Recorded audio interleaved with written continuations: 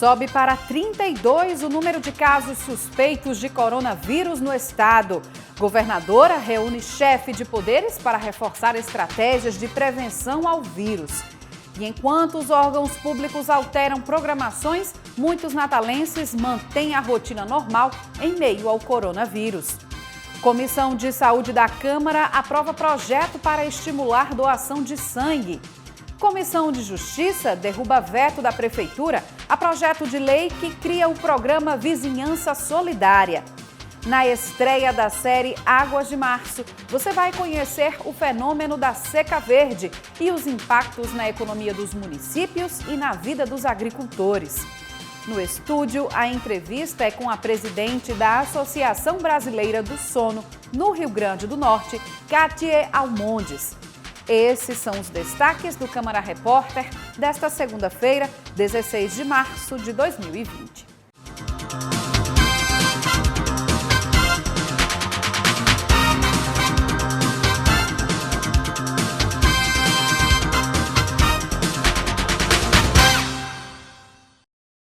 Olá!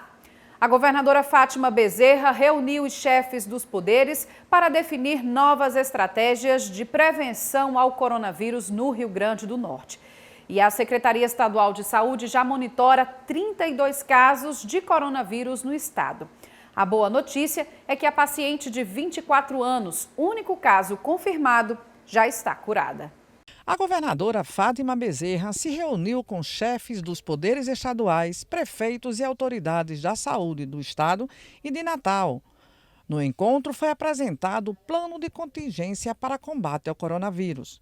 Ao final da reunião, a governadora falou das medidas que serão adotadas e destacou a necessidade de pleitear junto ao governo federal mais recursos para enfrentar esse momento de pandemia. Não só o governo do Rio Grande do Norte, mas todos os governadores, o Fórum dos Governadores do Brasil, estão pleiteando mais recursos junto ao governo federal. E nesse contexto, por exemplo, nós destacamos aqui a necessidade imediata de descontingenciamento de 21 bilhões de reais para a saúde, que são recursos que foram contingenciados em função da lei do teto de gastos a nível federal. Destacamos os decretos que já foram publicados, que dizem respeito ao funcionamento dos serviços públicos, que diz respeito ao trabalho exercido pelos servidores públicos. Aqui também nós discutimos já os estudos em curso que provavelmente levarão à paralisação das aulas na rede estadual. O prefeito de Natal, Álvaro Dias, que também esteve presente na reunião, destacou algumas providências já tomadas pelo município no combate ao coronavírus e disse analisar a possibilidade de antecipação das férias escolares do meio de ano na rede municipal de ensino. Já capacitamos quase 1.000 pessoas para atuar no combate e prevenção ao coronavírus. Estamos estudando e vou me reunir logo mais, depois dessa reunião com a governadora, com a nossa equipe, para analisar a possibilidade de antecipar as férias escolares aqui na capital para evitar aglomeramento, principalmente de jovens e estudantes. E, além disso, também vou discutir, aprofundar, juntamente com o governo, ações conjuntas para nós nos posicionarmos e adotarmos medidas concretas do governo do estado em parceria com a prefeitura municipal. Ainda durante a reunião, representantes da saúde apresentaram um panorama sobre a situação do coronavírus no Rio Grande do Norte. Até esta segunda-feira, são investigados 32 casos suspeitos, outros 25 descartados e um único caso confirmado. Só temos um caso confirmado que é importado, ainda não caracteriza uma transmissão local, mas ela poderá já estar ocorrendo porque a demora no resultado do exame ela pode levar até de 5 a 7 dias. Nós temos mais de 30 suspeitos já e alguns com espera de resultados que vai para o Instituto Evandro Chagas em Belém do Pará. O que nós hoje discutimos na reunião é que temos que agir para prevenir e conter a propagação da doença. Iniciamos já o trabalho pela vigilância, agora estamos estruturando a rede de assistência para os casos que possam vir a surgir daqui para frente. A rede de assistência médica, a rede de assistência hospitalar e de pronto atendimento. Isso o município já está trabalhando fortemente por determinação do nosso prefeito e estamos já quase prontos para receber esses casos que porventura, torno a repetir, porventura venham a existir na nossa capital. Diante da pandemia do coronavírus, para fortalecer a rede pública estadual de saúde, o governo nomeou candidatos aprovados no último concurso da saúde. Ao todo foram nomeados 970 candidatos do último concurso público da saúde, realizado em julho de 2018. A nomeação foi publicada no Diário Oficial do Estado deste último final de semana. Agora os candidatos têm até 30 dias para se apresentarem e tomar posse. Os convocados serão atendidos após agendamento, que poderá ser feito para os meses de março, abril e maio. Eles vão precisar se cadastrar na plataforma de governo e aí sim vão poder se apresentar na CESAP, que está localizada na Avenida Deodoro da Fonseca, no bairro de Cidade Alta. A lista constando os 970 aprovados do concurso está disponível no site saude.rn.gov.br. Hugo Fernandes, de volta para o estúdio. Atentas ao coronavírus, as instituições de ensino públicas e privadas no Rio Grande do Norte têm alterado as atividades. Simone Silva tem mais informações. A Universidade Estadual do Rio Grande do Norte, a UERN, por exemplo, suspendeu pelos próximos 30 dias as atividades de ensino, pesquisa e extensão presencial. A UFRN não suspendeu as aulas presenciais, mas instituiu um comitê chamado Covid-19 para analisar e avaliar que medidas a instituição deve tomar. Já no IFRN, no Instituto Federal, estão suspensas todas as atividades de eventos no campus Natal Central, assim como aglomerações com mais de 100 pessoas. Representantes das escolas particulares de Natal devem se reunir nesta terça-feira para decidir se paralisam ou não as aulas na capital. Simone Silva para o Câmara Repórter. E a STTU orienta a população para procurar preferencialmente o atendimento pela internet como medida de prevenção ao coronavírus. Thaís Baracho tem mais detalhes. A STTU vai funcionar normalmente, mas o órgão orienta aos cidadãos que só procurem atendimento presencial na central do usuário se for estritamente necessário, como forma de seguir as recomendações das autoridades de saúde sobre o coronavírus. Os serviços que podem ser feitos online são recurso de infração de trânsito, indicação de condutor de infração de trânsito, ressarcimento de multa, prescrição de multa, recurso de infração de transporte, ressarcimento de multa e prescrição de multa de transporte. Os serviços podem ser realizados pelo site directa.natal.rn.gov.br. Em caso de dúvidas, os usuários podem ligar para o Alô STTU pelo 156. Thaís Baracho, de volta ao estúdio. E enquanto os órgãos públicos anunciaram suspensão de atividades como prevenção ao coronavírus, muita gente continua com a rotina normal. Enquanto o planeta teme a transmissão do coronavírus, a vida segue para algumas pessoas. Vida normal, vida que segue. Qualquer coisa, quando começar mesmo o surto vir mesmo, é que a gente tem que se cuidar. Agora dá para ir levar uma vida normal. Estou tranquila, vivendo tranquila. Não estou com medo não. Se eu tiver de ter, tenho, né? Pronto. Mas para quem não teve escolha, a prevenção é o único consolo. Aí é tentar se proteger como pode. Eu estou bem de saúde com relação aos problemas das cordas vocais. Mas por medida de prevenção, eu ando com isso aqui, com a máscara. Eu acho importante, porque muita gente aí está tossindo. Por enquanto, nas ruas de Natal, ninguém está pensando em isolamento como prevenção. O Brasil não vai ter não, com certeza. Eu tenho fé em Deus que não. E se tivesse, o senhor ia seguir isolamento? Aí a gente tem que seguir, né? Mas o Brasil não vai ter não.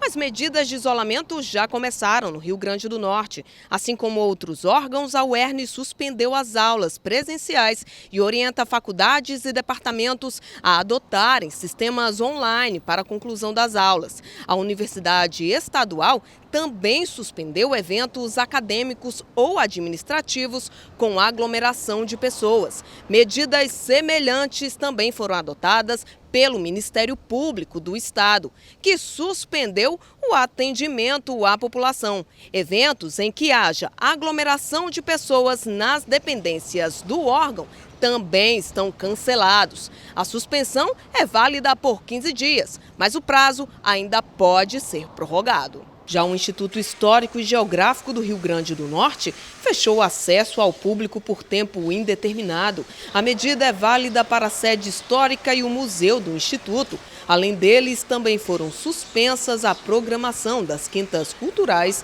e quaisquer outras atividades que tenham sido agendadas anteriormente. Portões fechados também no Parque Cidade da Criança.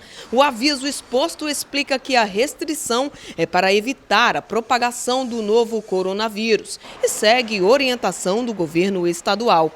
O fechamento foi anunciado no último domingo e segue por tempo indeterminado. A população agradece. Eu não quero estar doente, nem quero que meus filhos, nem minha família, nem ninguém esteja com essa situação. Senão as coisas iam ficar preocupantes para todo mundo, né? Agora vamos aos assuntos do Legislativo. Na reunião da Comissão de Saúde na tarde desta segunda, vereadores abordaram a situação do coronavírus e aprovaram, entre os projetos, um que estimula a doação de sangue na capital. A pandemia do coronavírus foi o assunto que iniciou a reunião da Comissão de Saúde, Previdência e Assistência Social nesta segunda-feira. Os parlamentares estão preocupados com o avanço da doença no país e na cidade. Eu acho que nós estamos se mexendo tarde demais. Nós precisamos fechar as escolas, nós precisamos cuidar do nosso povo. Espero que aqui a gente, no Rio Grande do Norte, a governadora tomando as medidas que tem que ser tomadas, que seja dura, que cobre, que fechar as escolas, fechar tudo que for possa ser transmitido a essa doença tem que ser evitado. Os parlamentares votaram e aprovaram diversos projetos voltados para a doação. Um que estimula a de leite materno e outros 2 para incentivar a doação de sangue, por meio do Junho Vermelho, o mês de conscientização, e ainda pelo programa Futuros Doadores, instituído nas escolas municipais. Conscientização sobre a importância da doação de sangue. Inclusive, teve um outro projeto também sobre doação de sangue que estimula a questão do doador do futuro, né? Que você, através de palestras, seminários de educação, você estimular desde os pequenininhos, o ensino fundamental 1 e 2, a importância da doação de sangue. E leite materno é algo que é considerado o alimento mais completo do mundo. O vereador Preto Aquino teve projeto de sua autoria aprovado. A matéria prevê um profissional psiquiatra em cada um dos 5 distritos sanitários da capital. O objetivo do nosso projeto é que a saúde da nossa cidade é dividida em 5 distritos.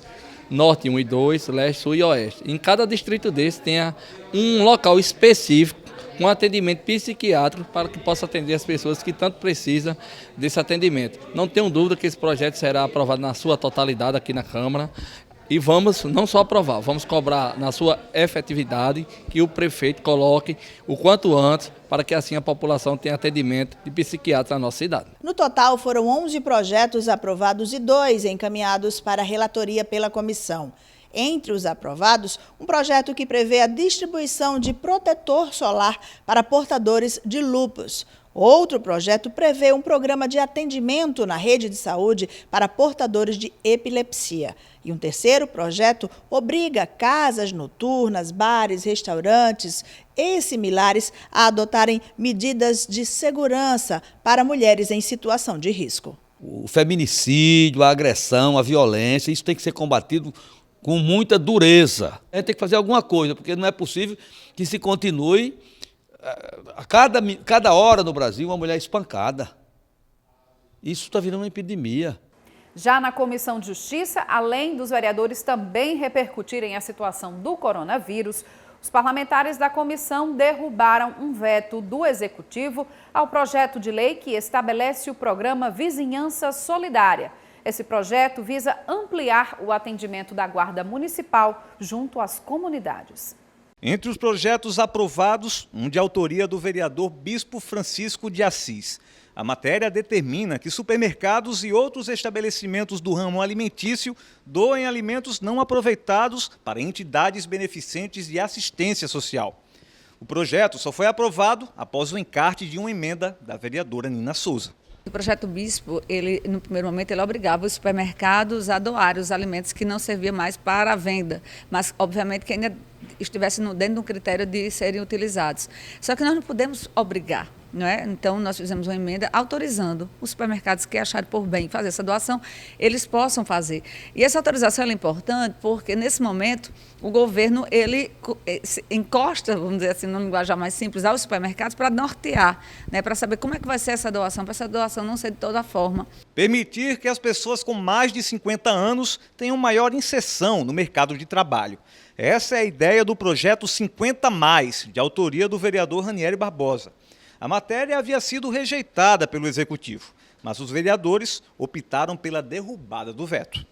Mais uma possibilidade das pessoas com mais de 50 anos tenham acesso a um programa, né, que chama Programa 50+, que seria, como é que se diz, estabelecido pela Prefeitura do Natal. A Prefeitura vetou, né, e nós entendemos que não foi invasão de competência. Na verdade, todas as proposições, os artigos dentro desse projeto do vereador Ranieri já estão contemplados nas atribuições da Secretaria de Ação Social. Durante a reunião, os vereadores discutiram sobre as consequências do coronavírus aqui em Natal. Diante da doença, a Câmara Municipal de Natal suspendeu por tempo indeterminado os eventos coletivos aqui na casa. Se o mundo inteiro, os profissionais de saúde, estão dizendo para que nós tenhamos precauções, para que a gente evite abraço, evite apertos de mão sem lavar as mãos após, evite essa questão dos beijinhos, enfim, evite estarmos em ambientes com aglomerações, diminua a saída de casa, por que nós vamos fazer diferente? Eu acho que a gente precisa ter responsabilidade. Nesse momento aí, esse vírus ele fica incubado o que é colocado por 20 dias, às vezes você pode até estar com o vírus e não saber. Então, eu acho que não custa nada. Eu acho que a gente tem que realmente se basear em quem estuda e fazer o que é correto. O vereador Kleber Fernandes alertou sobre o valor abusivo cobrado aos consumidores para a aquisição de equipamentos de proteção contra a doença. Nós apresentamos hoje ofícios e requerimentos aos órgãos de defesa do consumidor, PROCON municipal, estadual e Ministério Público na promotoria do consumidor, pedindo providências quanto à fiscalização, abertura de procedimentos administrativos e orientação aos consumidores quanto às práticas abusivas que têm se tornado corriqueiras, quais sejam o aumento injustificado dos preços dos produtos de asepsia e de prevenção à transmissão do coronavírus. O problema que as chuvas trazem à capital potiguar também foi debatido. O vereador Preto Aquino falou sobre a necessidade da realização de um maior trabalho de vistoria e manutenção por parte da Secretaria de Obras do município junto às lagoas de captação da cidade. Vamos colocar em prática o calendário anual, calendário este que faz com que a Secretaria de Obras venha a realizar vistoria, pelo menos uma vez por ano, em todas as lagoas da nossa cidade, para que assim seja feita a reposição. Se as bombas estiverem queimadas, fazer a manutenção, se tiverem sido furtadas, repor elas, a questão dos quadros de energia, bem como a fiação. Agora fazer manutenção ou querer fazer serviço no período de chuva vai ser muito complicado. O Câmara Repórter dá início nesta segunda-feira à série de reportagens Águas de Março.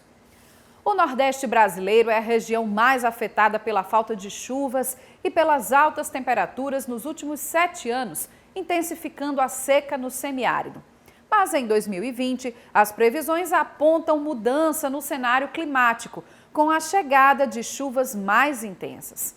Aqui no Rio Grande do Norte, alguns açudes que estavam completamente secos, como o de Gargalheiras, em Acari, que ficou 4 anos em nível morto, agora está prestes a sangrar. Mas ainda em boa parte do semiárido potiguar, os reservatórios continuam sem água. As chuvas do primeiro trimestre apenas realçaram o fenômeno da seca verde. E é o que você vai conferir nesta primeira reportagem de Rodrigues Neto e imagens de Cláudio Júnior.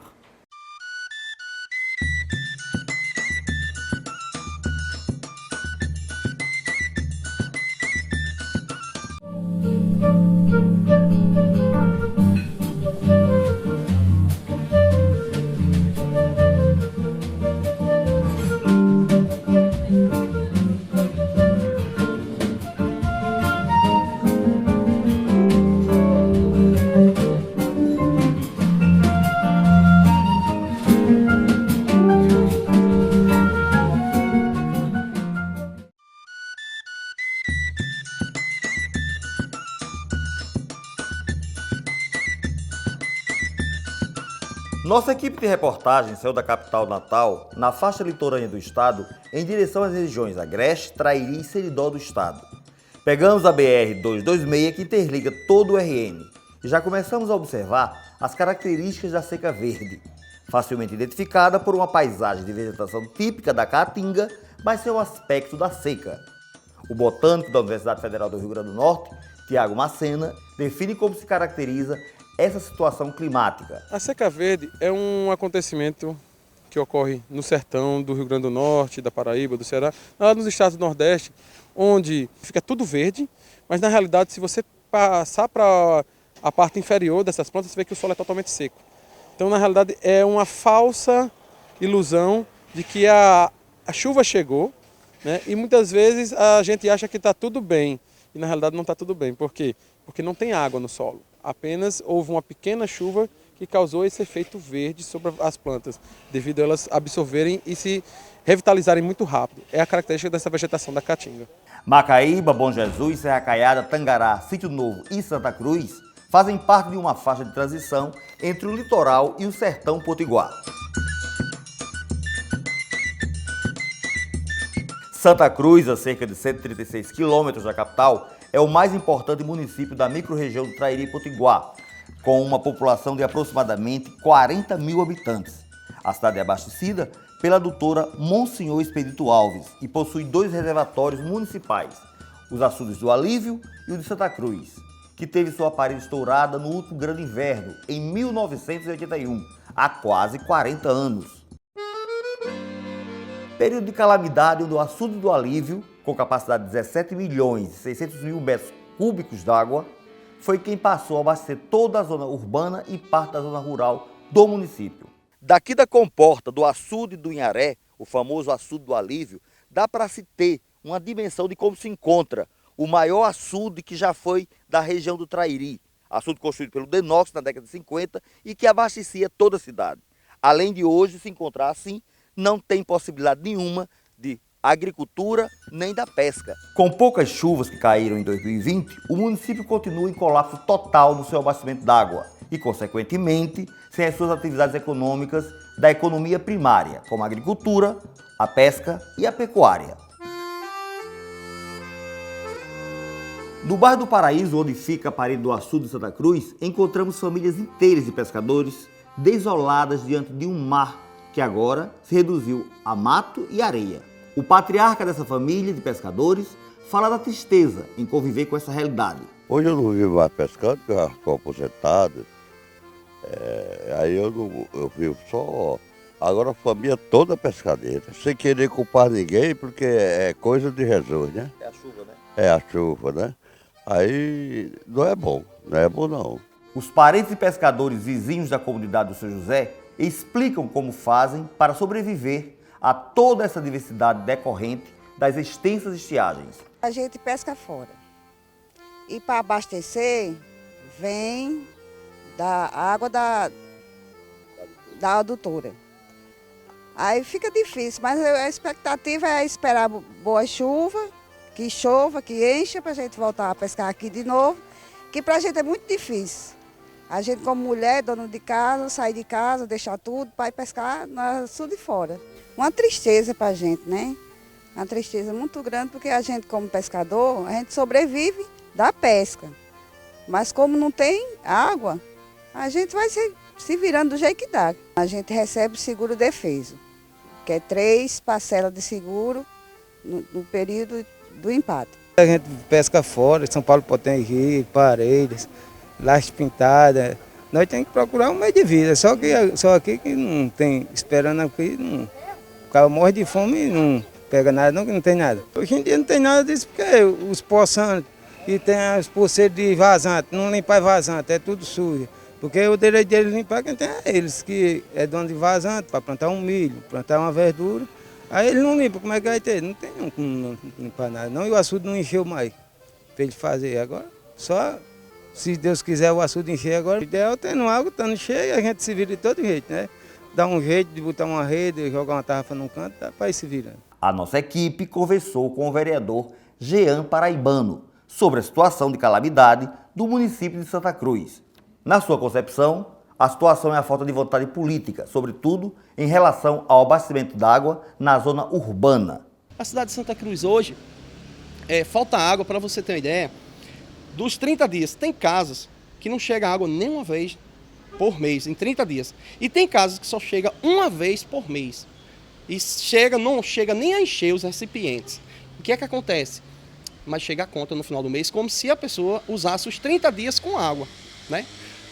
Eu, vereador Jean Paraibano, com nós, lá são 9 vereadores, eu e mais 3 colegas fazendo parte da oposição, nós colocamos um requerimento pedindo ao prefeito, né? Pedimos ao prefeito que ele usasse a sensibilidade, como não chegava água, desse pelo menos um desconto de 50% na água, no papel no final do mês. Infelizmente, os vereadores de lá, da bancada, acharam melhor votar contra. Como é que uma cidade não chega a água e cobra-se um papel como se chegasse água? Agora mesmo, tem pessoas, aquelas pessoas mais simples, elas não têm cisterna, não tem recipiente, caixa d'água grande na sua garagem para encher. Mais da metade da população está sofrendo com a falta de água. E a gestão, ela não tem nenhum tipo de preocupação em carros-pipas, em fazer parceria com o governo do estado, com o governo federal para pedir carros-pipas, para distribuir água para o povo. Por quê? Eles não têm interesse. Eles não têm interesse em colocar água, porque se você quiser água, você tem que pagar ou é 200 ou é 250 reais em um carro. Eles estão vendendo água. Lamentavelmente, a situação de Santa Cruz é uma situação crítica, onde eles não têm interesse, nem colocam água e nem têm nenhum projeto para resolver o problema da cidade de Santa Cruz para o povo de Santa Cruz.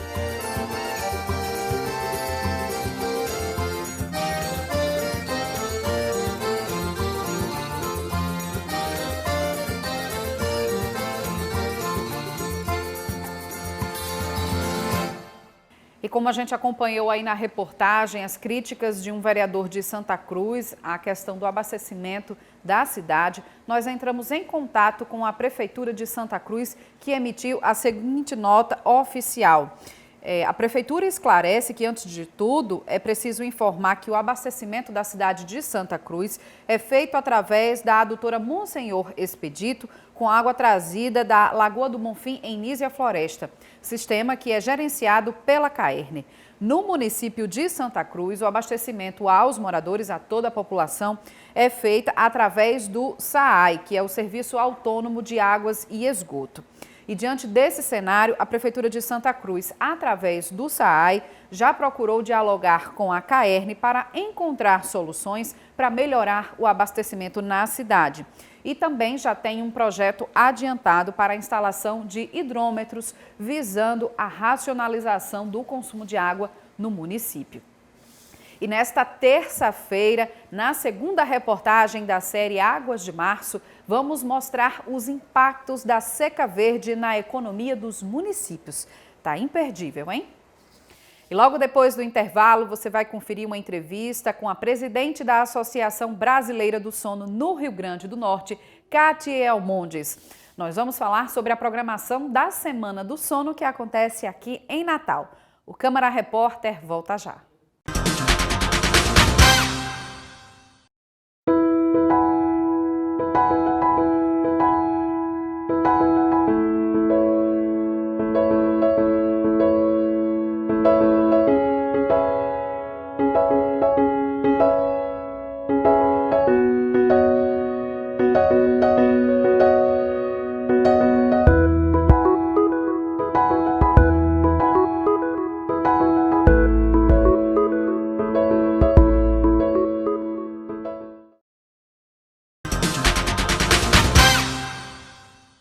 Estamos de volta com o Câmara Repórter com uma pergunta importante para você aí de casa.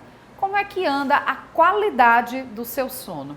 Para falar sobre esse assunto e uma ação que está acontecendo aqui no Rio Grande do Norte, eu vou conversar agora com Kátia Almondes, que é presidente da Associação Brasileira do Sono no Rio Grande do Norte, que promove a Semana do Sono aqui para falar dessa ação importante. Kátia, seja bem-vinda ao Câmara Repórter. Muito obrigada pelo convite. Kátia, existe um levantamento que comprove como é que anda a qualidade do sono dos brasileiros, dos potiguares de uma forma geral? Bem, dos potiguares não. Nós não temos esse levantamento epidemiológico. Na realidade, nós temos um levantamento de 2 anos atrás, da Semana do Sono, que nós realizamos entre os adolescentes, e nós constatamos aqui no estado do Rio Grande do Norte que os adolescentes estavam dormindo em torno de 6 horas de sono, o que é um indicativo de uma redução da duração de sono, visto que nessa fase do desenvolvimento eles precisam de mais tempo de sono, e também ilustrando que eles estão com a qualidade de sono ruim. Mas, no Brasil, nós já temos indicativos de alguns estados brasileiros, como, por exemplo, em São Paulo, que essa média dos adolescentes não é diferente encontradas entre os adultos. Ou seja, de fato, nós não nos diferenciamos da média encontrada, inclusive, mundialmente, de que há redução de sono e que é uma péssima qualidade de sono. Por que é tão importante, então, realizar uma semana como essa, né, que a associação traz, né, enfim, com esses levantamentos, com essas constatações aí de que estamos dormindo não só menos, como também com uma qualidade ruim de sono? Por que é importante fazer essa mobilização? Bom, a mobilização, ela tenta atender 2 grandes objetivos, né? O primeiro, de conscientizar a população que dormir é necessário para a nossa saúde biopsicossocial. Você funciona bem, não só fisiologicamente, mas você funciona bem socialmente, você funciona bem em relação à parte cognitiva, porque você tem pioras, por exemplo, de quadros como de memória, atenção, concentração. Mas também para, além de alertar a população, chamar a atenção dos profissionais de saúde para a importância de avaliar o sono entre os seus pacientes. Tá? Porque essa variável ela tem que ser considerada pela importância que ela tem de impacto quando há uma alteração do impacto na saúde. Certo. E até assim, a gente está vivendo aí uma situação de pandemia de coronavírus. Dormir pouco também pode afetar a imunidade, né, das pessoas? Certeza, né? Nós temos dados de pesquisas, tanto nacionais quanto internacionais, mostrando que uma noite péssima de sono, ela altera o sistema imunológico. E, na realidade, a gente tem vários dados mostrando, por exemplo, uma alteração de sono, um sono que você tenha tido de 4 horas de duração, ele pode levar você a erros de tomada de decisão no trânsito. Então, alguns acidentes de trânsito, a gente já tem dados da Associação da Polícia Rodoviária Federal mostrando que até 42% dos casos de acidentes tinham como uma das causas relacionadas à sonolência, fruto de uma alteração de sono, ou seja, fruto de uma noite mal dormida. Exatamente, até porque, enfim, quando qualquer pessoa vai tirar a carteira de habilitação, eu pelo menos lembro muito quando eu fui retirar a minha, que dizia exatamente o seguinte, que o sono ele tem um efeito no organismo, né, no sistema da pessoa, muito semelhante ao efeito do álcool, quando você está entorpecido com álcool. Quando você está com muito sono, não é recomendado que se dirija, no caso, né, por esse perigo aí de acidente. Mas, então, como é que as pessoas podem buscar ter um bom descanso, um bom sono? A primeira dica que eu costumo dar se chama regularidade. Se você consegue organizar uma agenda do seu sono e da sua vigília, ou seja, o horário de dormir e o horário de acordar, eles serem os mesmos a cada dia que passa, isso já sinaliza para o seu organismo que seu reloginho ele deve funcionar naquele horário e que deve ser respeitada a sua ritmicidade. Cochilos. Normalmente as pessoas perguntam assim, eu não tive uma boa noite de sono. Eu posso compensar essa noite de sono no dia seguinte, tirando um cochilo das 14 às 17, aí eu costumo dizer que isso não é o cochilo, né? Você está repondo uma noite de sono perdida. Então, o ideal é que se tire cochilo, que esse cochilo ele seja regularizado, mas que ele não deva ultrapassar 30 minutos. Um grande vilão da nossa sociedade contemporânea é o uso, né, excessivo dos dispositivos eletrônicos. Então, eles devem ser desligados por pelo menos 2 horas antes de iniciar o seu sono. Então, nada daquela historinha nada de de ficar vendo estimulação. WhatsApp na cama antes de dormir. Nada de estimulação, porque é hiperexcitação, tanto fisiológica quanto cognitiva, para o seu cérebro, né? E aí você, mesmo cansado, querendo dormir, por essa hiperexcitação e pela iluminação artificial, ela consegue fazer com que você atrase o seu início de sono. Então, essa também é outra dica valiosa. Já há uma constatação, inclusive, que o sono dos brasileiros, enfim, de uma forma geral, piorou exatamente por conta dos smartphones, desse vício aí de redes sociais. Essa é uma discussão que a Associação Brasileira do Sono já tem feito nos congressos, né? Que, de fato, o dispositivo ele tem sido um vilão para o impacto no sono, mas por outro lado, né, se a gente considerar, porque há uma campanha, inclusive, de algumas entidades, não deve-se usar o celular de forma alguma. Não, o celular ele é parte da nossa existência. Atualmente não tem como. Equilíbrio, né? A palavra-chave. Mas a questão é o equilíbrio, né? O equilíbrio saudável desse uso desses dispositivos. Kátia, e que mobilizações a Associação Brasileira do Sono, né, enfim, dentro dessa semana aí, organizada, além dessa sensibilização, divulgação, para se falar sobre isso, mas alguma mobilização junto ao público que vai ser realizada ainda ao longo dessa semana? Então, nossa semana começou dia 13 e nós vamos até o dia 19. Então, nós temos ações sendo desenvolvidas em escolas, em universidades, em institutos federais, panfletagem nas ruas, simpósios que nós estamos realizando aberto ao público também, né? Simpósios para falar de insônia, de apneia, para desmistificar esses grandes distúrbios de sono que são os mais prevalentes, ações dentro de hospitais, ações dentro de clínicas. Então nós estamos com uma vasta programação, porque a campanha desse ano é Sono e Sonhos Melhores para um Mundo Melhor. Então a campanha ela tem um enfoque mais amplo para pegar vários segmentos e para que a gente possa alertar a importância do sono para a saúde física, cognitiva, mental, social, para os vários segmentos, desde escola, trânsito, justiça. Nós temos atividades previstas, inclusive, né, na justiça também, nas clínicas, né, e assim sucessivamente. Então, a ideia é, de fato, conclamar a população para entender que o sono, ele de fato é muito importante para a qualidade de vida. Exatamente. E quem quiser ter mais informações, buscar e saber dessa programação, onde pode encontrar, Kate? Nós temos o site da Associação Brasileira do Sono, que é o site nacional. As pessoas podem colocar Semana do Sono, vai abrir a aba da Semana do Sono e lá as pessoas vão encontrar programações não só do estado do Rio Grande do Norte, mas de vários estados brasileiros, com várias atividades em vários segmentos. E aí a pessoa pode se organizar melhor, dando uma olhada não só na data, tem umas orientações tem cartilha, também, né, para a gente distribuir, panfleto. Então é só entrar lá em contato no site e vocês vão ver os nossos endereços, os nossos locais de programação e de atividades, datas e horários, e é só participar. E para quem está, então, assistindo a gente agora, só para repetir, quem quiser começar a treinar a partir de hoje, né? Higiene do Como sono. ter uma boa noite de sono, assim, para que- quem está tendo uma irregularidade, dormindo pouco, ou com insônia, com dificuldade para dormir. Então, nós prescrevemos, né, vamos utilizar essa palavra, a famosa higiene do sono, né, que são hábitos comportamentais que você pode tomar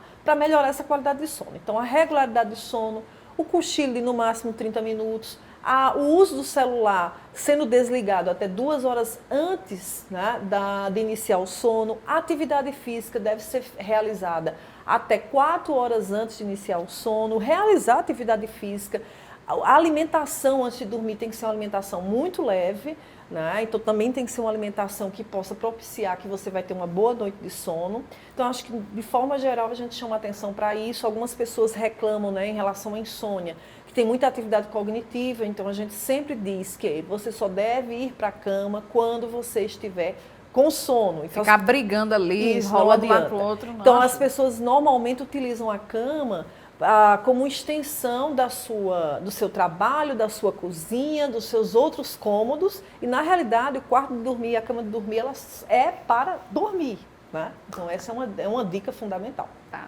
certo, então fica essas orientações aí da especialista aqui, da presidente da Associação Brasileira do Sono aqui no Rio Grande do Norte, Kátia Almondes. Muito obrigada aqui pelas suas orientações. E Obrigada a você pelo convite. fica esse convite para as pessoas acompanharem essa programação. E esta edição do Câmara Repórter fica por aqui. É você de casa, obrigada pela companhia. Siga aqui as orientações que Kátia falou agora há pouco para a gente.